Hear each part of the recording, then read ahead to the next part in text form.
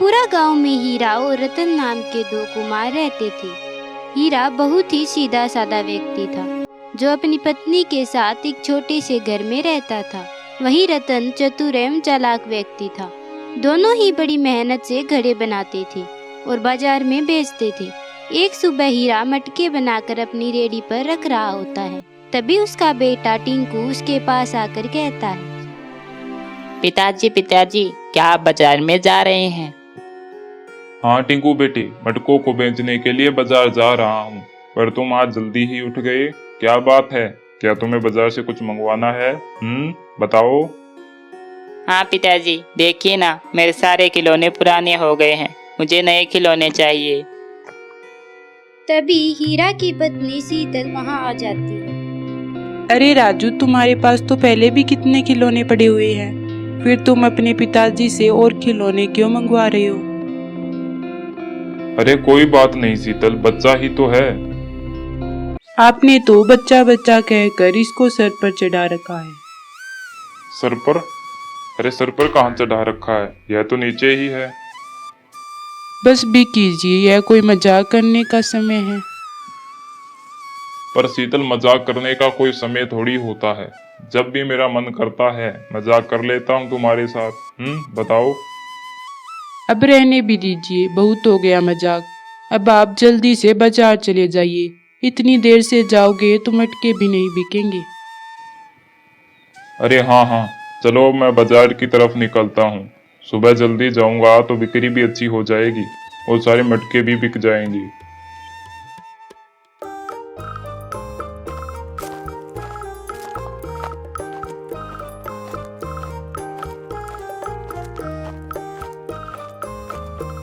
अरे बेगम, कितना समय लगाओगी तैयार होने में?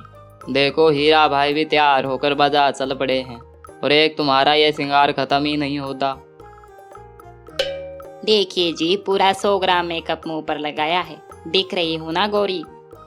हाँ बेगम, पूरी काली कलोटी लग रही हो। क्या कहा आपने? अरे मेरा मतलब तुम्हारे बाल क्या काले हैं, नजर ना लग जाए इन्हें। अरे चलो अब चलते हैं जल्दी। दूसरी तरफ रतन भी बाजार जाने की तैयारी में होता है। तभी उसकी पत्नी लीला वहां आती है।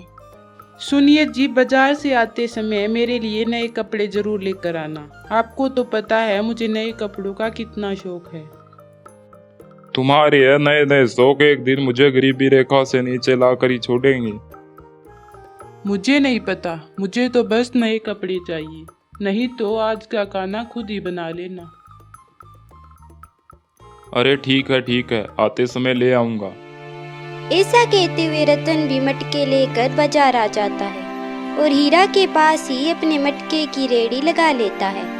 तभी रतन के पास एक व्यक्ति मटके के लिए आता है। अरे भाई साहब, मटके कितने के लगावत हो? तनिक इसका दाम बताओ तो। क्या भाई साहब, आपसे ज़्यादा थोड़ी लेंगे, एक मटका 60 रुपए का है। अरे नहीं भाई, हमें नहीं लेना, रेट थोड़ा कम करो तो सोचे। नहीं भाई साहब, आपको लेना है तो लो, वरना आगे चले जाइए। ऐसा सुनकर वह व्यक्ति हीरा के पास आता है और मटके के लिए पूछता है। हीरा वही मटका 50 रुपए में उस व्यक्ति को बेच देता है। इस तरह शाम होने तक हीरा के सारे मटके बिक जाते हैं, पर रतन के आधे मटके भी नहीं बिकते। इस पर रतन को बहुत जलन होती है और घर आने के बाद उसकी पत्नी उसे कहती है, अगर आप इस तरह से मटके बेचते रहे तो हमारा कुछ नहीं होने वाला।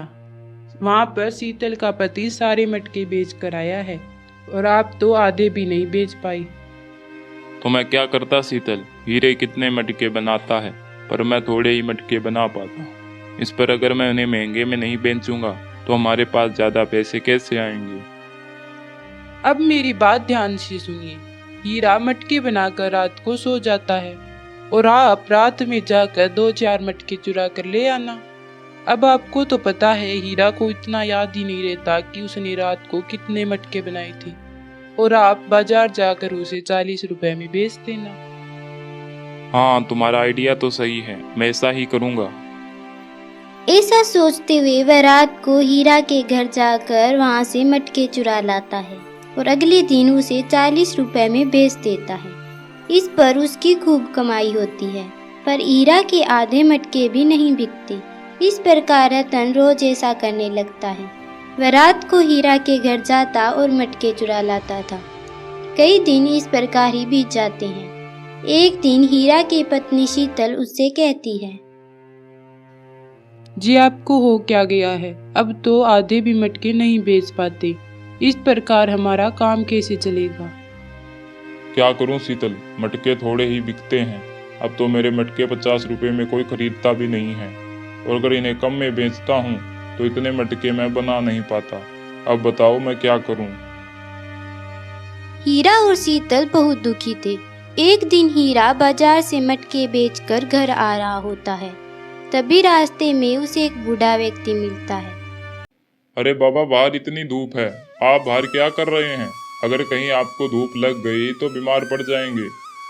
बेटा मैं तो घर पर ही था, पर तुम्हें आता देखकर घर से बाहर आ गया।